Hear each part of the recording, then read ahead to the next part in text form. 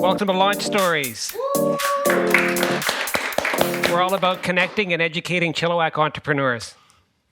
And thanks to our sponsors for helping out on a monthly basis. We have the Chilliwack Economic Partners Corporation and the Chilliwack Innovation Network.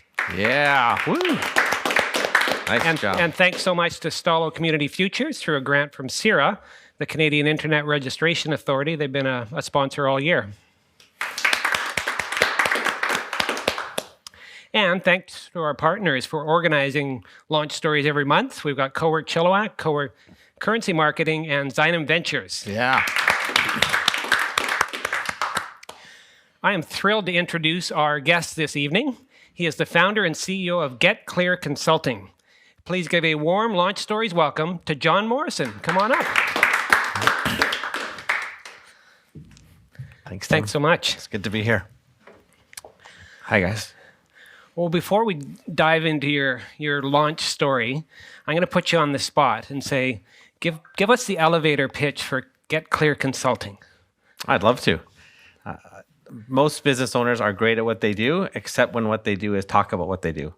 And so sometimes they get caught up in their words or they make themselves the focus, and we know that that doesn't work. When you meet someone, they just talk about themselves the whole time, we tune them out. It's the very opposite of what we want to do. We want to draw people in when we talk about what we do. So Get Clear Consulting is just a way to help people get clarity on what they do so they can talk about what they do in a way that makes sense, that people say, that's exactly what I need. So we use online products, your website, your email campaigns, social media messaging, but also how you talk about what you do in person as well. And that's kind of the focus of Get Clear. All right. Well, you passed. You're taking your own medicine. Perfect. And so much so that you sent me the ideal story arc for today's presentation, which was super helpful because he gave me imagery and things to talk about. So I really appreciate that. Perfect. First off, this is your family. Tell me about how you met your wife and your three lovely children. And yeah, this is a picture of how we would look like if we were standing in a field in the fall. So my wife was like, hey, we should get a picture of all of us standing in a field in the fall. And that's what it looks like. So I've got 3 daughters and my wife. I'm a minority in a sorority. And it's a lovely. They're so fun. So I would never have known that I'd get 3 daughters out of this, and it's been great. So I thank my wife for that, and God, and we have a lot of fun. They're hockey players, believe it or not. So I was just at the rink a couple hours ago, and I'm a coach, and I really love doing that. So I didn't think that they'd be hockey players, but. So how did that come to be? Obviously, your influence. Our next picture is you playing hockey, so I think that has something to do with it. yeah, it is. I did play, and I got a chance to play at the University of Oxford, which is probably my favorite part of playing. But I also got to play in the BCHL, and Chilliwack Chiefs were always one of my arch nemesis. When we would always play, I was a member of the South Surrey Eagles and then the Coquitlam Express. Oh, okay. And so coming to Chilliwack, that old barn. Yeah. It was hilarious playing games there. And there was one guy, I was a goalie back in those days, not in this picture, but he would just yell at me, Morrison, Morrison, Morrison. And the whole crowd would go, sucks. And that's one of my favorite memories of coming to Chilliwack. But it's, I kind of let go of the hockey dream. I got into my 30s and hadn't played for a while, and I was kind of sore from playing for a long time. So I kind of was okay with I'm kind of done with hockey. I'll watch the Canucks and support whatever. If they come sell Krispy Kreme donuts, I'll buy it from a hockey team or something like that. But that's about it. And then a Facebook post came across our community Facebook page. And my wife was like, hey, it's like they're offering hockey for free. Do you think our kids would want to be a part of it? So I was like, I don't know. They're girls. Do they want to play hockey? And they were like, yeah, we want to play hockey. And so then I learned that there's an amazing organization all around the Fraser Valley and around Canada for girls hockey. And so I got super involved, and they got super involved, and the kids keep doing well. So they keep getting called up, and they're scoring goals. So it's kind of fun. Wow. So I guess it was the BCJHL, which is now Yes. the BCHL. That's right. But even that level is a super high achievement, the numbers that get into that. You must have been all consumed in your teens playing hockey. Yeah, I'd say so. Yeah, it probably kept me out of a lot of trouble and doing a lot of stupid stuff. Although some would say hockey players get into more stupid stuff. But I think because I was so committed to doing well, it was very important for me to be my best. And so I think that taught me a lot of stuff that I now bring into my business world, to family life, to just, overall wanting to be disciplined and competitive. And so I probably bring a lot of that into everyday life. And that's one of the beautiful things about sports. We're not all going to make the NHL, and I certainly didn't even come close. But some of the things that sports taught me has been really helpful in my journey in entrepreneurship. So Oxford, is it the Oxford? This is the Oxford. It's not Oxford, Ontario, or Oxford, Alberta, or whatever. No, this is the Oxford. I got a chance to study there for a year, and it was really important for me. It has nothing to do really with what I'm doing now, but it was really important for my personal journey of it was a program. It was a 1-year program wrestling with some of the questions of the crossroads of science, philosophy, and faith. Okay. And so it was a very powerful year for me. And I got to play hockey with these group of guys that are doing amazing things. A lot of Rhodes Scholars in that picture and friends that I'll have for life, or maybe just LinkedIn connections. But they're doing amazing things around the world, and it's kind of neat to look at this picture. You may be able to prove me wrong, but I imagine a Canadian amongst maybe not other Canadian or U.S. hockey players, you were just skating circles around them, or was it a pretty high level? The whole team is actually Canadians mostly. Oh, okay. And it was a lovely break from the English to be on the ice hockey rink. So that was quite nice. Nice. And so coming out of that, where did you go career-wise? Yeah, I was in the nonprofit space for a while. I was a pastor at a church in Maple Ridge. That's where we kind of started our family in that. It was a lovely environment to be a part of, family-focused environment and great people. And then felt the transition out of the nonprofit, but didn't know what was next, and didn't know that you could make profit in your life, because you don't go into ministry for the money. And if you do, you end up pretty quickly out of there. And so, yeah, it was interesting for me to kind of think, well, what else could there be in this world? And again, taking the principles that I learned from being a hockey player, I just worked hard, because you have to work hard when you have to feed a family and pay a mortgage out here, right? So I remember looking at various Craigslist posts for lawn cutting, and I was like, I like cutting my own grass. Maybe I could cut other people's grass, and it seemed like a decent hourly wage, and so I did that. And then I also read a book. Was that working for a company or starting your own company? That was just starting. Well, no, okay. I didn't really care. I just liked cutting grass. Okay. I liked being outside, and then I thought, well, this is Vancouver. It gets a little rainy, so it might not be that enjoyable. And then I read a book called Building a Story Brand by one of my favorite authors. Perfect cue. There's a picture right there. And so that book just gripped me, and I thought, this is something that I need, because as a hockey player, I tended to talk about myself too much. As a man, I did that too as well. So I just found that people don't really appreciate it when you talk about yourself too much. You meet someone like that at a networking event or a cocktail party, and they're just talking about themselves and me, this. It's repulsive in a way, or at least it's not attractive. In fact, I applied that same principle. The reason why it resonated, because I was like, all throughout my 20s, my dating life was a debacle. People watched me dating like someone watches a car accident. Like, that looks awful, but I can't look away. I can't look away. He's too interesting. And then I figured out why. It's because it was all about me, all right, and how this person would suit my needs and how they could serve me and help me and whatever. And I couldn't figure out why it wasn't working until I realized that taking an interest in someone else actually gets you pretty far, to the first date, second date, third date, and eventually I married a girl that's way out of my league. So I knew that intuitively, that I can't just be about myself. And then I read this book, and it's like, oh, that's a business principle too. And the thesis of the book is that in business and in life, when we try to play the hero to somebody, they're a hero of a story as well. And so whenever you have two heroes meeting each other, they have no part. There's no commonality, right? If Frodo meets Katniss, right? Frodo's on a mission to Mordor. Katniss is on a mission to win the Hunger Games to save her family. Frodo wants to save the Shire. There's no commonality. Whereas if Frodo meets Gandalf, who knows the way to Mordor and also wants to help Frodo save the Shire, now all of a sudden Gandalf is very interested. Katniss meets Haymitch, and Haymitch is all of a sudden really interesting to Katniss because he's won the Hunger Games before.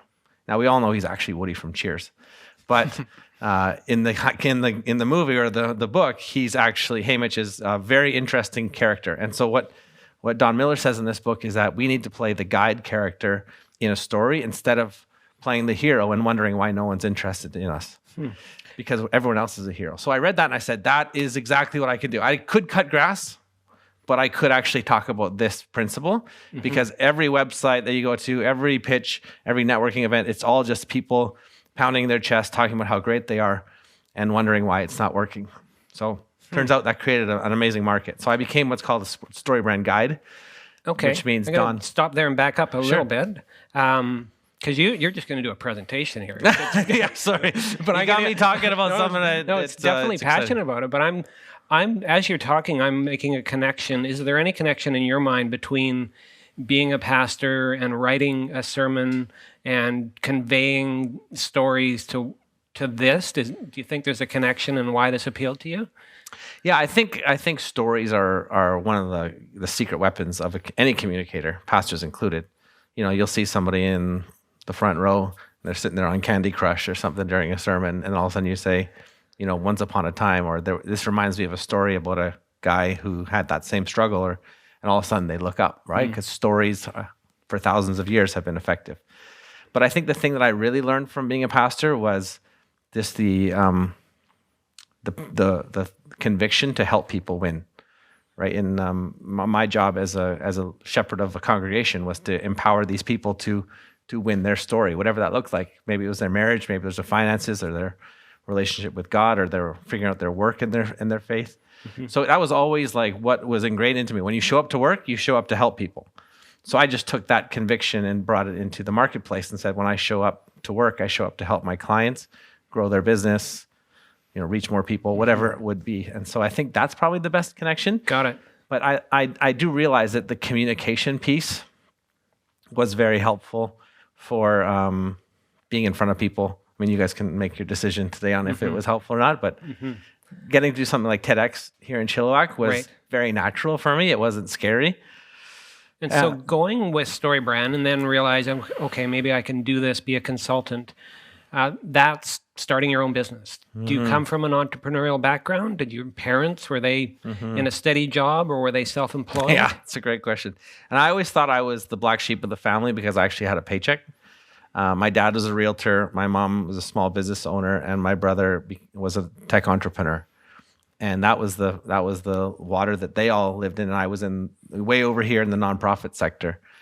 And I always thought, well, maybe I'm totally different. But then when everything fell apart over there, I was kind of like, well, maybe I guess I am an entrepreneur. And I always had entrepreneurial ideas. Like I was always that guy like, no, why are we doing this? Well, we've done it for 100 years. Or could we try something different? Well, we've never done it that way before. It's like, I realize now people affirm to me, like, actually, you do have an entrepreneurial approach to taking something and saying, can we make this better? Can we do it differently?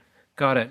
And so you mentioned Don Miller. He's written this book. Yeah. He's built a whole platform and what looks like an organization. And one of the photos you sent was meeting him. Yeah. And was this at a seminar or a webinar or like an in-person conference of some sort? Yeah. It was in Nashville. So, I mean, I still think it was a miracle that I even made it there because he doesn't give away his training for free or his certification for free. It costs a lot, and it costs in American dollars. So somehow I was able to convince my wife that I should go to this conference for 4 days to get certified from a guy who used to write Christian memoir books and now wrote his first business book. And now he's charging $10,000 US for this certification that could be written in the air or in chalk or whatever, right? And I went, and just on a whim or feeling like this was the right thing to do, I still like remember that push that I felt towards this certification. But at the end of the day, that's what I needed because I needed the authority that came from his stamp and saying, you know, this is something that, if you love StoryBrand, you need to get help. You can look to Jon. So he kind of gave me his blessing amongst all the other StoryBrand guides. Got it. And in those days, the book was so hot that I would just fumble through every call and still somehow get the business. And so he's built essentially a marketplace of certified guides. Yeah. That if someone has read the book and is interested in some guidance, they can go find somebody in their area. Yeah, that's exactly. And so that's where Get Clear came from, right? Exactly. So you took this, you got certified, you drank the water and became an expert. Overnight. 4 days. Took 4 days. Yeah. Tell me about that. What was the training like? It was invigorating. It was fun. We just learned how to do marketing. I mean, he kind of did his keynote presentation one time, so that took up 45 minutes, and then we worked on our own messaging, and we, asked questions and then learned about here's how you do a website and here's how you do an email campaign to follow it up and a lead generator and all these different things about the framework and how to apply it. And then I would do it all day, and then at night I would go to my hotel and build the business out. So then I had to build out my website in the first night, and then I'd build out our lead generator on the next night and write 6 emails. This was all before AI would do it all in one night. So I had to actually type it all out like some sort of archaic peasant or something, actually thinking and doing the work. But So you set up a business, got a business license, Get Clear Consulting or Get Clear. Yeah, it's funny. I think about the name. The first name that came to my head was Get Clear because I had looked at, there was probably about 10 other StoryBrand guides at the time. Now there's 700, so you can imagine supply, demand. Supply went up, demand went low. So that's kind of where we're at now. But in those days, I was just looking at their website. Everything was about clarity. I'll help you get clear, help you get clear. It came up. So I just said, I'll see if Get Clear is available. And sure enough, it was. And then getclear.ca, which is like a miracle. That domain's available. We haven't seen anything like that available in 5 years, right? So no doubt.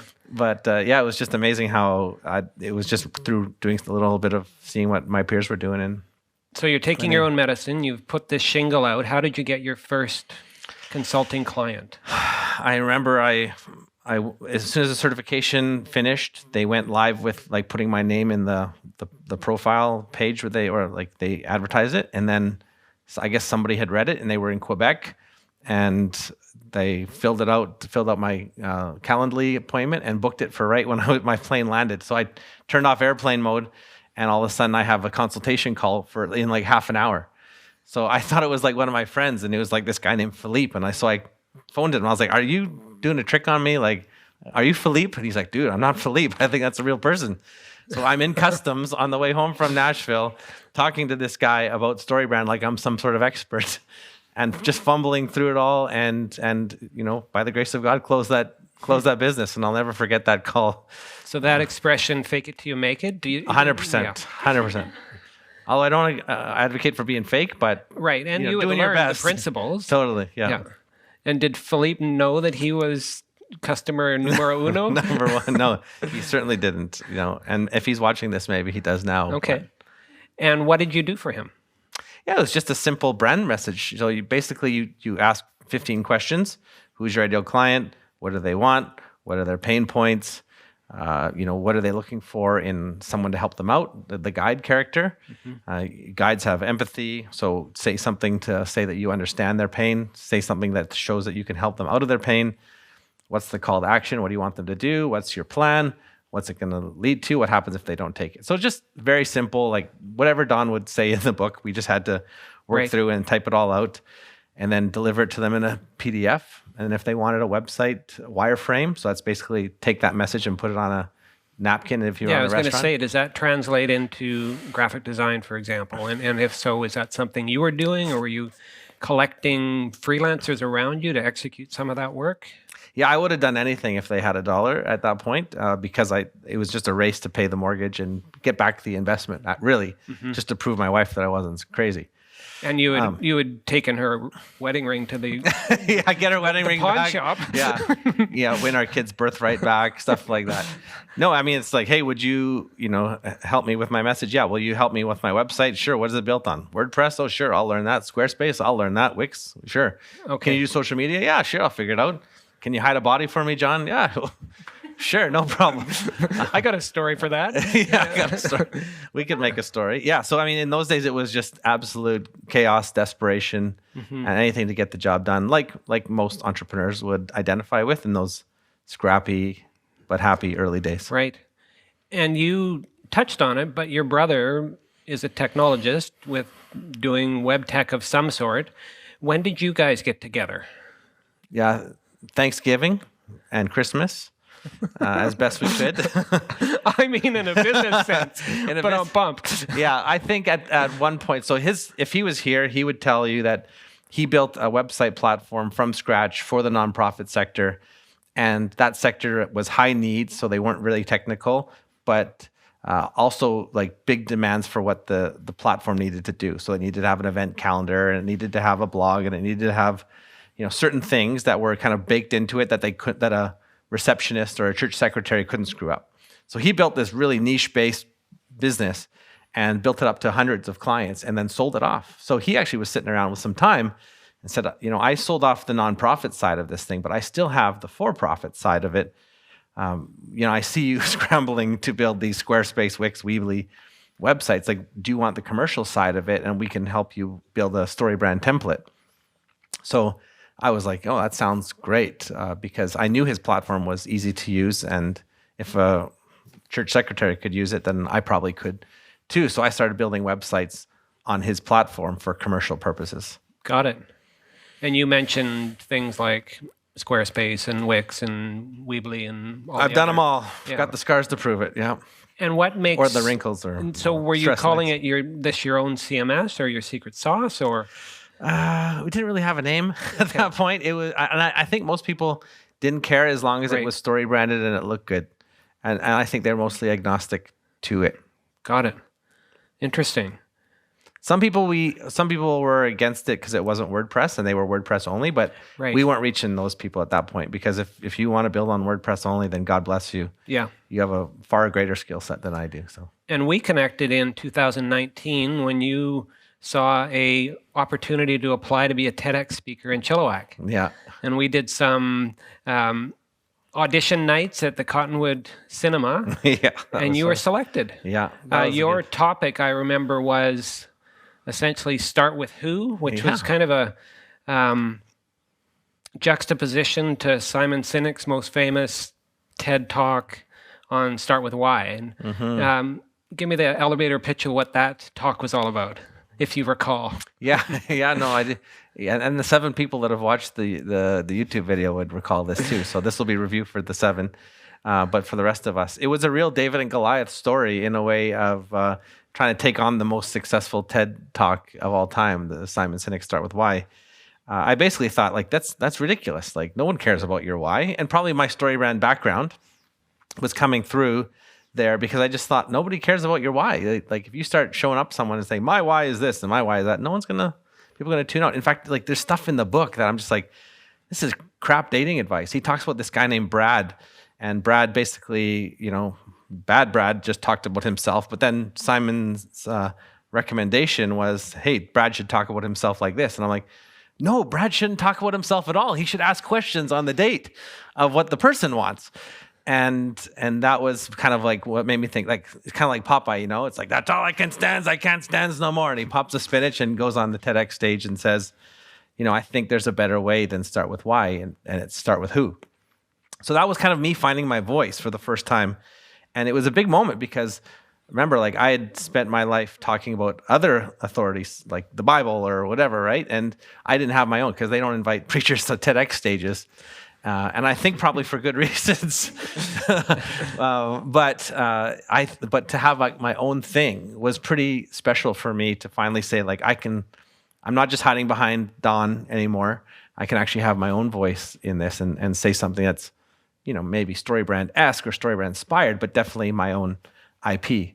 You do have more than 7 views. Okay, perfect. But did you? I haven't checked it for a while. Did you find that experience open some doors, or gave you even confidence to move forward? Yeah, I think that was the big thing, was confidence. And then because the talk seemed to resonate, then I was like, I think I want to write a book on this. So wrote a book called Start With Who. And it was just a chance to share my views of how the customer-centric view is probably the best way to start with building a company. And you can actually, if you have a customer, like, that's the only thing you need to have a business, right? Ideas won't get you very far. Strategies, even just money doesn't have you a business.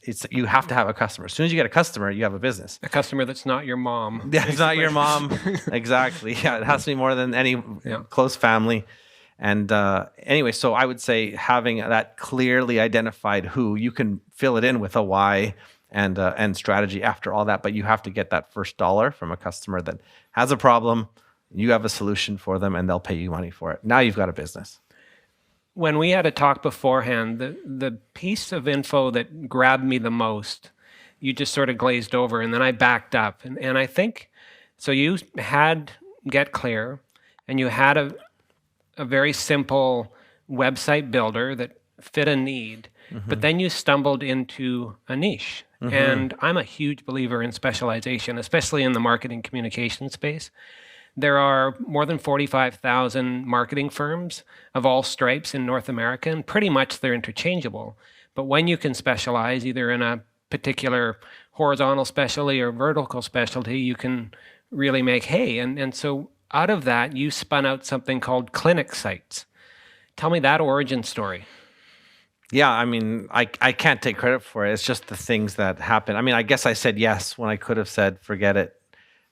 That moment was I started a Facebook group for StoryBrand fans, actually, just anybody. And I noticed there was no Facebook group. And that was the same time that Mark Zuckerberg basically made that big announcement saying, social media is not social anymore. We're going to really focus on groups.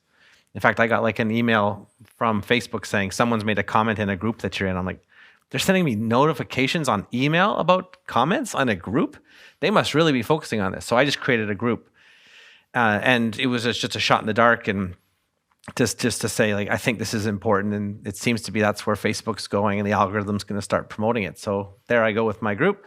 A chiropractor from Colorado joins, and and I'm like putting in the group and putting time in and like commenting on people's stuff, and they want free stuff, and I'm thinking these people are freeloaders, as we know people in Facebook groups are. Myself. What year was this? This was 2017. Okay. Yeah, the algorithm has since punished groups as well, but in those days it was good. So I'm kind of like putting in my sweat equity, and then this chiropractor says, "Hey, John, I see what you're doing, and I would like you to join a Zoom group, a mastermind group with a bunch of chiropractors from across the states." And I'm like, "Yeah, sure, why not? Like, I'll show up anywhere right now." And he had said, "What do you charge?" And I didn't even know. Like, I was like, I'm so new to this. I don't know if I'm going to add value. I'm just not going to, this first one's free. And so I get on there and we have an hour booked. And after 2 hours of this call, I'm like going through their website and just ripping them apart. And it's like, this doesn't make sense. You've got a bird on here and you're a chiropractor. It's just taking people in the wrong direction. It's not clear. And of course, being Canadian, apologizing every time, like, I'm really sorry, I have to tell you this, but your website sucks. And the call goes over, and I'm late for dinner. And I finally get to the dinner table, and the wife's all frazzled because I haven't been there to help. And she goes, "How was it?" And I go, "I think I just pissed off a whole bunch of American chiropractors, but I'll never see them again, so let's eat." Like, whatever. Lesson learned. Don't piss off the American chiropractors. And then the next morning, I got an email from one of them saying, "John, that was great. My name is Kevin. I have a podcast for chiropractors. I'd like you to be a guest and do the exact same thing you did last night on the podcast." And then another guy said, "I'm a admin of a 10,000 person Facebook group for chiropractors. Would you be a member of our group and just take questions? And we have a podcast too. Can you be on that?" Another guy has another podcast. So I'm now all of a sudden a guest on 3 podcasts, and people are coming to me saying, "We need some help. Would you do story branding?"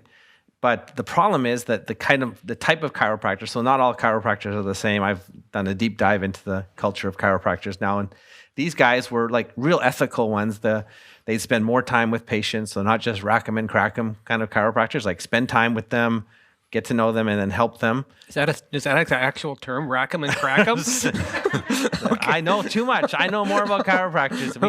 I'll have to have the second interview just to talk about launch stories for chiropractors. But so I'm kind of thrust into this world, and it turns out that these guys are really great. These men and women are helping their patients, but because they're spending longer in the appointments, they're making less money. So they're not in the what's called the Mercedes 80s kind of chiropractor, the kind that you see on the Hollywood movies. But these are like, they're struggling to build businesses. They're struggling to keep up with the big clinics and stuff. So I just had a real heart for them, and I needed some sort of product for them. And I realized that an expensive PDF from StoryBrand is not something that the market would want. So I realized I got to go all in on this website thing, because at least they do the story branding and then they'd get a website out of it, and they would invest in that rather than just having a PDF from a Vancouver consultant.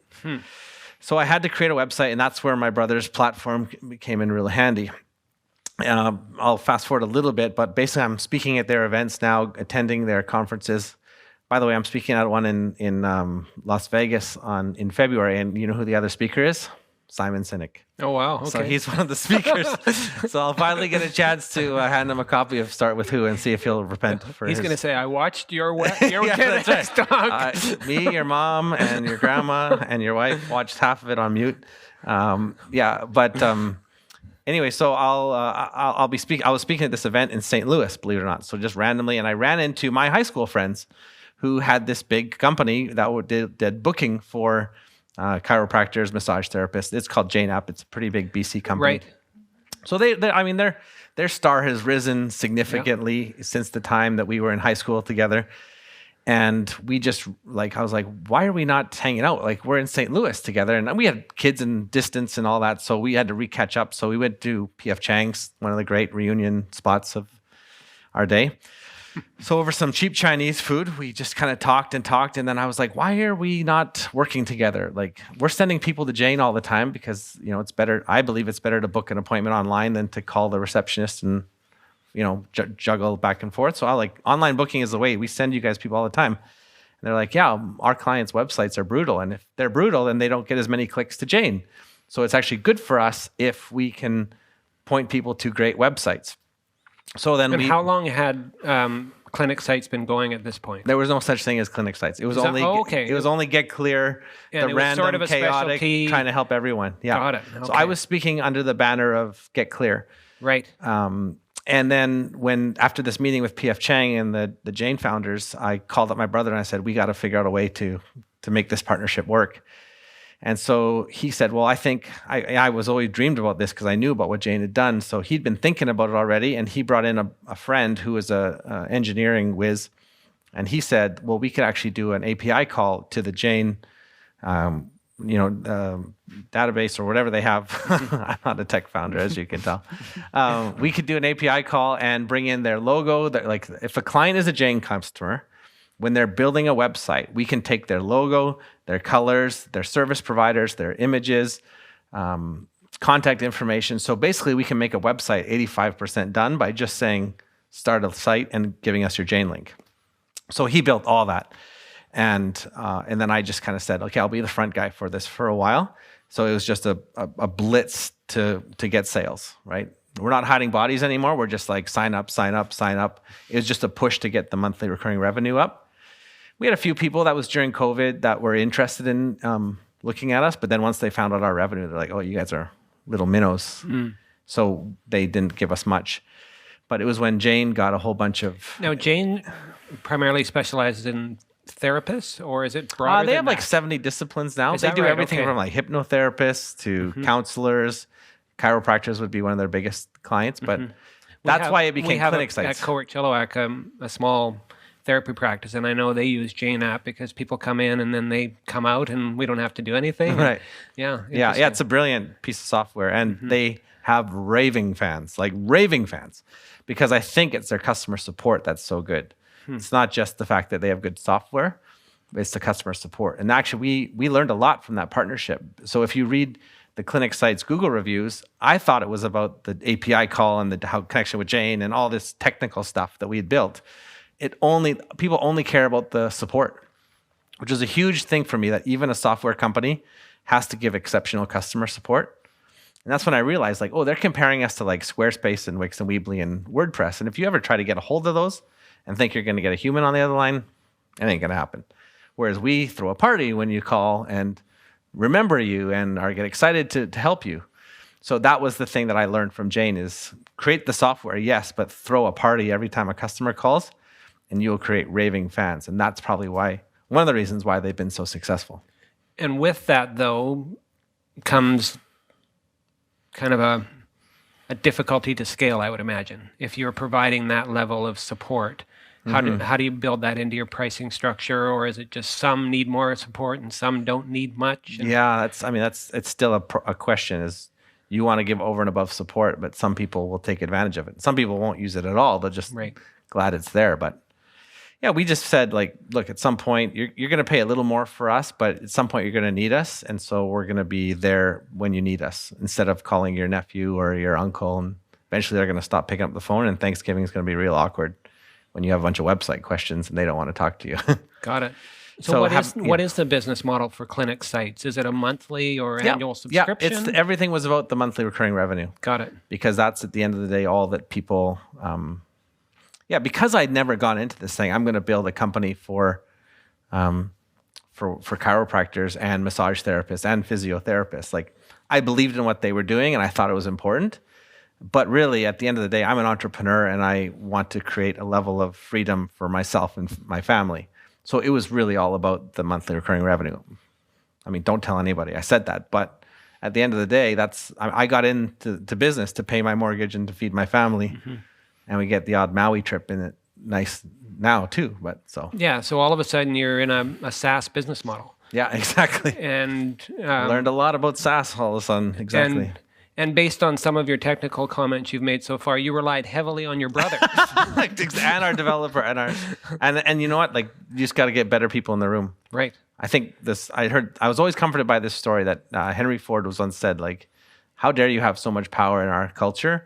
You're so dumb. Like, you never passed high school. And he's like, look, I've got 16 numbers right in front of me that if you have any question that you throw at me, I can bring someone in and they can answer that question better than I could if I take any course that this society offers. And I always thought that's the kind of, like, I want to know who my kids are and I want to know what they're into. I want to know my wife well, but I don't need to know everything about business and running a SaaS company. Well, I can tell you're a natural, and I say salesman in a complimentary fashion. You just have a charisma and an ability to. So I can see that. How did you scale? Like, how were you acquiring new clinic site users? Yeah, good question. So really, I think the big thing was, for me, was speaking, podcasts, Facebook groups. So being in these groups, there was these days where somebody would chime in, poor soul would say, hey, what should I do about a website? And all of a sudden, all of our clients came out of the woods and it just comment, tag. And those were like the happiest days for me, because it was just, I need a name for it, but like social media blow up day, when all of a sudden we get 5 leads out of one poor soul's post. All of a sudden, like, they're probably getting notifications for days. Like, so-and-so from Albuquerque has also commented on your post and recommended John. So those were great days. But the speaking, the podcasts, and just, showing up at places. Also, I should probably thank Jane too, because they were sending us a ton of people. And that was helping. Did those relationships always start with a StoryBrand consultation? Or were they onboarding themselves onto the platform and building out their website, or a mix? Yeah, I was trying to get away from StoryBrand at that point because it was all about the monthly recurring revenue. So I would say, like, we've baked in StoryBrand, but they weren't even meeting with me anymore by the end of it. We had filmed a couple of videos for their onboarding sequence if they wanted, like, some custom work. So ideally, it was a DIY, right? That's the best client is they sign up, they see their website's like 80% done because of the heavy lifting that the technology does, and then they just fill in the cracks. Sometimes they wanted a little more, but I didn't want to. I just didn't want to meet with them. I wanted to be, free. Right. So then I just filmed a bunch of videos, and then they answer the question. Then the designer, the contractor who we had, would just take it and finish off the site based on their answers. I'm oversimplifying it, but it sounds a little bit like StoryBrand Mad Libs or something, where you're putting in and it's crunching out a usable website. Yeah, and now we have AI to do it too, which is really cool. I don't know what it is. Maybe it's laziness. And I think that's probably, if you want to be a successful entrepreneur, you have to be lazy in some ways. I would say it's solving a problem, like, and removing yourself from being that problem solver. And so you went further with Jane. Tell me about where you are now with that and what that looks like. Yeah, they received some funding through COVID and their growth. They were at 25,000, or now, I think they're at 35,000 now. So getting tons of interest from VCs and other companies. And I think as the story goes, it's they got a bunch of money and they wanted to grow their revenue. And so the classic SaaS story is they found a similar industry, like someone who's serving a similar client, and then they purchased us. So that was a pretty cool day. That was about a year ago when that happened. So there's a bigger story in there, though. It wasn't just like boom, boom, boom. No, it never is. It was painful at times, but you're being pursued for an acquisition. what's your first step? Did you look for advice? Did you have an advisor? Did you get a broker, or what were the first steps? I think because my brother had been through it, he had a playbook for how to do it. So that was good. And then I was working on an MBA as well at Trinity and was able to rely on some of our profs there to kind of speak into that, which was also a resource. We had a lawyer that specialized in, like a Fraser Valley-based lawyer who specialized in business acquisitions. So that was good. But I think if we really wanted to do it by the book, probably should have gotten a broker. And I think, probably next time I'll do that if there is a next time. Mm-hmm. But that's probably the best way to do it. But I listen to a lot of podcasts too, actually. Right. Yeah, and just like preparing for this moment and stuff. But the whole process takes probably a year, or at least it did. Well, how did the negotiations work? Where seem like they're in the power position in a sense, and that you mentioned you're a minnow and so forth, but you have this growing monthly recurring revenue. Was that a key factor that you could then turn into EBITDA and X times that? Mm-hmm. Like, was it the traditional metrics you hear about with acquisitions? Yeah, I would say they were pretty firm on their number that they were willing to pay, and it wasn't a ton of negotiation. It was more like, okay, if that's your number, then we will work on some sort of bonus structure or earn out or something. Like, we were trying to work with the system, and they, they had good, powerful people representing them, and I give them credit. They're a good company for a reason. And at the end of the day, it was a multiple. I don't know how much is public, so I'll probably just hold it back. But at the end of the day, everyone was happy, and we sold a company to our friends, and that we built the company for them and their clients, right? So at the end of the day, it was a perfect marriage of two companies that had similar cultures, similar client bases, and at the end, and we are with them. We just gave them our team. So got it. So it was everything was right. If someone had come out of left field and we had to go through a whole process of matching culture and all that, I think that would have been a total pain in the butt. So I'm glad we didn't have to do that. From a corporate structure standpoint, you had GetClear. I imagine that was an incorporated company. Yeah. And then through this, you created this... A new corporation, yeah. Was it an actual new corporation? Yeah. Okay. Yeah, because I had partners now. So we made a new corporation just to make things clean. But were there shared employees between the two? Was it like really clean, or? Yeah, I think GetClear was pretty generous and just like saying, we've built up these people, and you're moving so fast and everything's just like, hey, there's a body that can fog a mirror on a cold day. Back to the bodies. Yeah, we'll bring this person in. No, they have to be alive this time. Yeah, they have to fog a mirror on a cold day. And did you had proprietary tech, at least to a degree, with the underlying content management system. Yeah. Did that go with it? Yeah, yeah, the code base. Okay. Well, the license for healthcare is how we... okay, so you were able to retain some tech and the ability? Yeah. Did you have to sign any sort of non-compete? Yes. Okay. Yeah, so I'm not allowed to talk to chiropractors for the rest of my life. Oh, is that right? Okay. Can't go to one. I can't talk to them about the website. No, I mean, it's just I can't start a business. But you mentioned you're speaking at a... Right. And that will be under the banner of Clinic Sites. I see. Probably at that point, just to support them. And where are you at? Are you an employee of Clinic Sites and Jane, or are you No, independent consultant now. Okay. Yeah, a lot of the podcasts that I listened to said, I'll summarize. It's easy to buy an entrepreneur out. It's very hard to buy an entrepreneur in.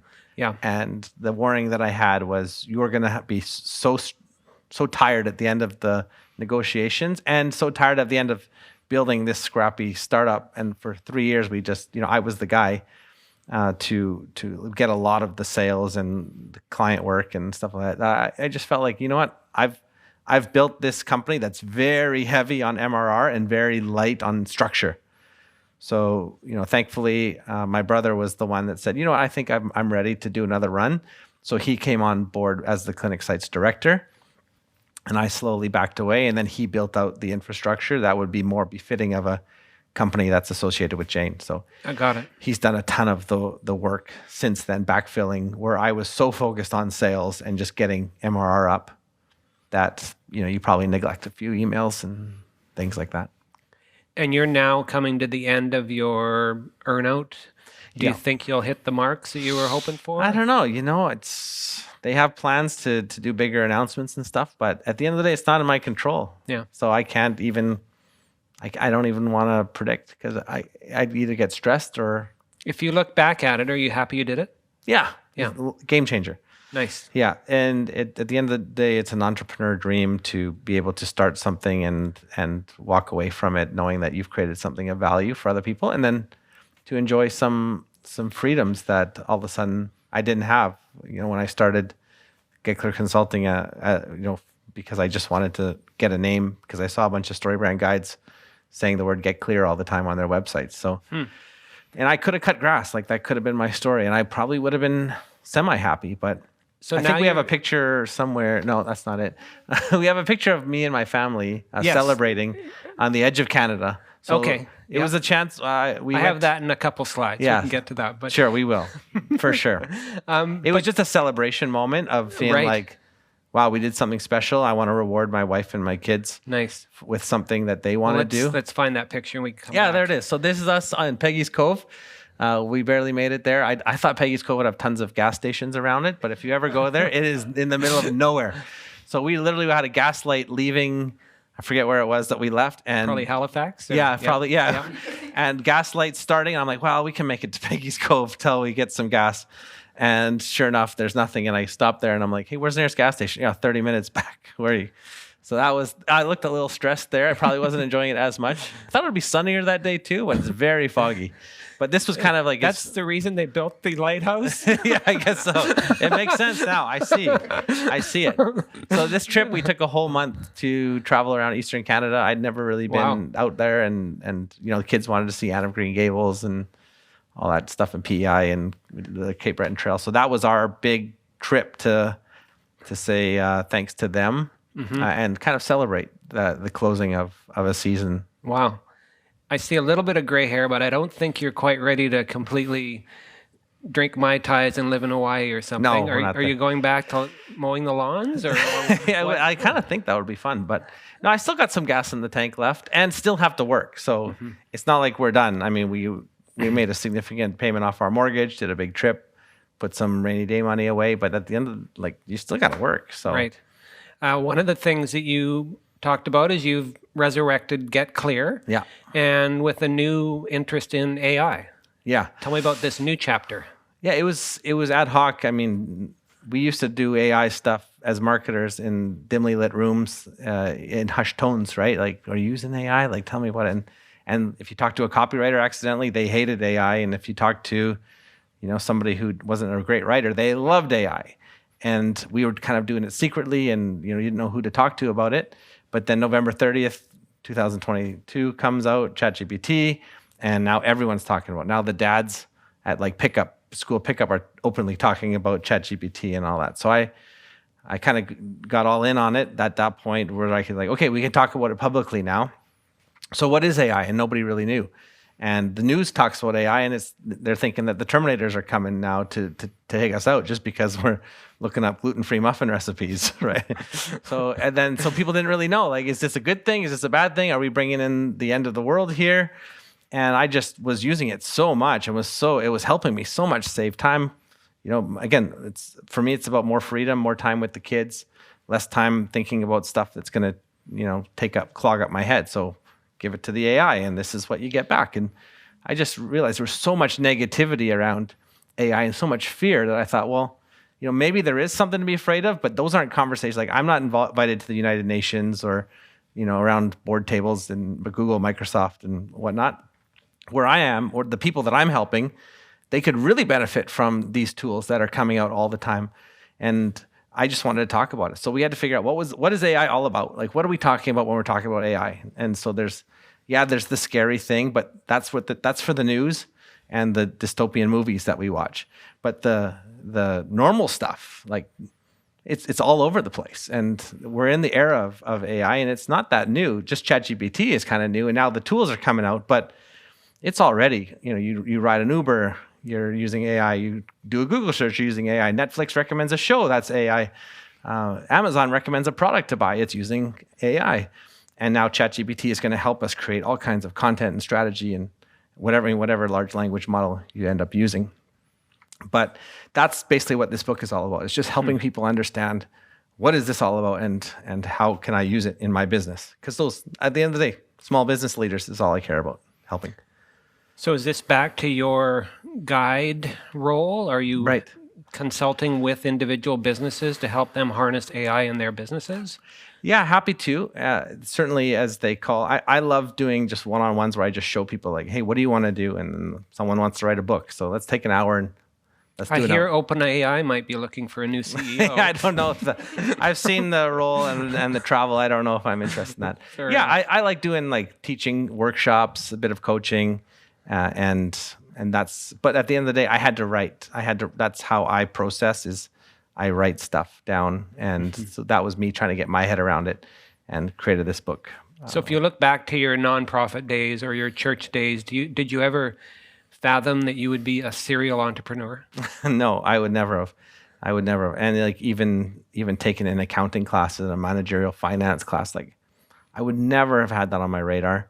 And the entrepreneur stuff, didn't see that coming at all. I mean, maybe if you look back far enough, you could say, oh, that kid that turned his garage into a hockey card shop and was, selling cards to the neighborhood kids. Or we used to actually cut grass, and we had this broken old lawnmower that broke down halfway through a job one time.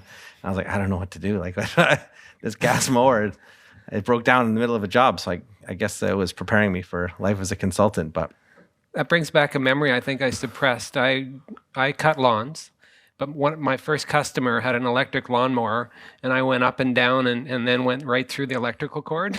And then I think I just walked home. and nothing prepared you for entrepreneurship like Exactly. that. Right? Well, with that in mind, let's hear it for Jon. This was a fantastic story. I've asked some questions, but I'm sure the audience has some better questions they can ask you. Colin's always good for a first one. He's just going to turn the mic on. And if you tap it so I can see that it's actually... It's live. Hi, Colin. Thanks, Jon, for being here. Great to hear your story. Thanks for being a guide through these topics, of course.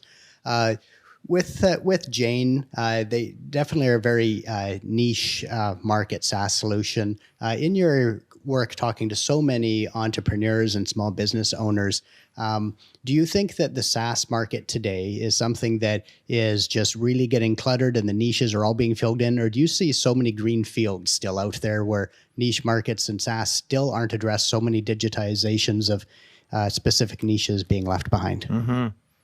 That's a fantastic question.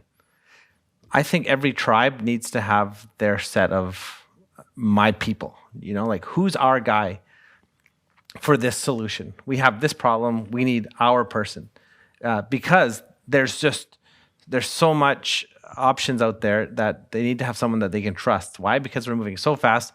I don't have time to interview 30 different, potential vendors for a solution. I want just one person. It worked for my buddy. We have a similar thing. It's going to work for me as well. So my personal take is that everybody needs to have their website person, their SEO person, their social media person, their booking software, and fill in all those slots around every single industry. And that's why I thought Seth Godin's book of tribes that he wrote, I think it's probably like 15 years ago, but it was probably even longer. It was so prophetic in that he said people are creating these tribes, even though we can reach so far and we're all about breaking down barriers. We're actually creating more barriers by saying, these are my people and I'm going to do life with them, or I'm going to take the hill with them. And I think so. I think there's more opportunity for niche everywhere. Because now that I'm thinking about life after clinic sites, I have to reinvent myself again and find a new niche. And so I've been exploring this question a lot. And how do you break into one to become to show up and be like, I'm the trusted authority now on this particular topic, right? It's interesting. So I would love to hear what you think about how to explore niches, because I think everyone needs to have their person for this problem that we have in our tribe. Any other questions? Joe? Yep. When you talk to, as mentioned that technology is not the driver, it's customer service. I had to come to that conclusion with our company. was run by a bunch of tech, and I wasn't tech. I was accounting and some sales. And I come to find out that the technology really was not important. There was three things that were important. Number one, does it work reliably? Number two, do you do what you say? Is it going to be on time, on budget? Number three, if I got a problem, you're going to be there. And so when I realized that, we just flipped the company around. So all the service people were front and center, and the tech guys had to take a back seat. They didn't like that, but it really made a difference, and that was a good point you made. Yeah, thank you. Yeah, it was a huge realization and a humbling moment too, because we put so much time and energy into the tech, into making it work, new features, and at the end of the day, no one cares about it. They just want you to smile when you call and remember who they are, and that's maybe the importance of a niche, is that it does, you can get so much further. Like, let's just use an example. If you called Squarespace and said, hey, I've got a problem with HIPAA compliance and ADA compliance and good faith estimate, and can you get those all on my website? I bet you that person who's taking that call from Squarespace isn't going to have a clue what you're talking about. Whereas our support person had 3 calls that day about that very topic. And so they're able to get so much further, so much quicker. And then it's not only are you more knowledgeable, but you actually, hey, Rick, good to hear from you. How's it going? Last time we talked, you were working on this, And so that's why I think we actually are getting bigger in the world, but we need to get smaller. And customer support and service is the way to do that. Any other questions? Wim? So you mentioned finding your voice. What does it mean to find your voice? Oh, boy. Well, I think it's easy to parrot other people's voices, right? And in a good way. I mean, that's what I needed in those early days. I needed Don Miller's authority. I needed the StoryBrand framework to almost hide behind until I could find my own intellectual property, my own thoughts, my own convictions. I had probably some half-baked ones, but those half-baked things need a little time in the oven to fully mature. And that's why the TEDx stage was so important for me. And even that, like, it wasn't a rival party, but it was just a saying, like, I don't have to just talk about StoryBrand. I can talk about something that I've actually thought through and I believe. And actually, that's a little scarier than what I could do as a preacher, which would just stand up and just say, hey, this book says this, right? And this is what you should do. Now I didn't have the book, and I just had to say, I think this. And that's way scarier. But that was finding your voice and learning to stand in that conviction that you may disagree with me. I can't believe I'm taking on Simon Sinek, but here I am going to present something to the world. So that's what I think finding your voice is all about. So working with your clients in the StoryBrand process, have you seen them find their voice as well?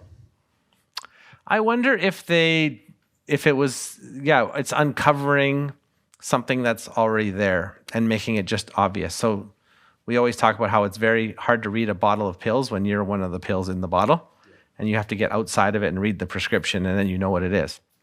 So I think sometimes small business owners are so deeply ingrained in their business that when it's time to talk about it, they want to just talk about their tech, or they want to talk about some features of what they do or what they're working on, or they want to talk about their staff because they love their staff. But the truth is, if I'm just hearing about your business for the first time, that's not how I need to hear about your business. I need to hear about it, how it helps me. And so talking to small business owners, just being like, look, this is probably going to land better if you get inside of their story instead of trying to bring them to be attracted to your story. And maybe that makes them more confident, I think. And they actually, the other thing too that I think that I really like is about StoryBrand is that it shows a business owner like you're making an impact in people's lives. Like, you're helping people win their story. Is there anything more fulfilling than going to work one day and realizing that a whole bunch of people are better off because you showed up to work? And realizing that your business exists to help people solve a problem that's bugging them so they can sleep better at night, take better vacations, fight with their spouse less. Whatever it is that you're doing is helping them win, right? It just so happens that when your business isn't growing, it tends to reflect at home with fights with spouses. Saw some snickers in the audience about that. But I guess that's kind of meta, right? So your clients you're making them the hero with your thing. So what's been some of the transformation stories that they've experienced by going through that, by getting clear? I think, I mean, at the end of the day, what most of them care about is results. You want a website that converts. You want people to show up in your office and say, I'm here because I did a Google search and you showed up at the top. And I loved your messaging and I loved your layout and it was clean. And so can you help me with my back pain? That to me is the ultimate win because they're meeting people that they wouldn't meet. They're getting money that they wouldn't have. And you did a part to help. And that's a very micro example. But if you take that micro example every day and every week, that's a more successful, prosperous clinic. And then transfer that to a mortgage broker and it works, and to a law firm. It's all the same. They're helping people that are searching for them that have a problem. Okay, last question. I agree on laziness being a virtue. So how have you been lazy this week so far? Well, I probably should have been working, but I was emailing with Tim about all sorts of details about tonight because I didn't want to embarrass him or us. No, I don't know. I mean, using AI, for example. Of course. AI, it makes me so lazy in a good way, but I always just think I'm getting so much more done. Like the output is fantastic. Half-baked ideas we talked about, actually get fully baked way faster because of AI helping you think through stuff. And emails that, actually, I'll just give you one. One of the developers came to me and had this whole list of things that she was talking about, and I was like, I don't know any of this stuff. So I took it to ChatGPT and I said, what does my developer, what is she saying and what does she want? And it just told me. So I could have learned all that stuff. And in the end, I just said, oh, you need this. I'll make sure you get that. You need this. We'll make sure you get that. So that's how AI, my laziness is paying off because it actually got stuff done today. Well, let's hear it for Jon. And thanks again for joining us for Launch Stories. We do a few things around here at Cowork Chilliwack. On the third Thursday of every month, we have Creative Third Thursdays. And of course, on the third Tuesday of every month, we have Launch Stories. So do join us with that. And we continue to talk to great entrepreneurs about their launch stories. So thank you very much for coming. We sure appreciate it. And there is more pizza and drinks. And if you're watching on YouTube, come for the pizza and drinks. Mm-hmm.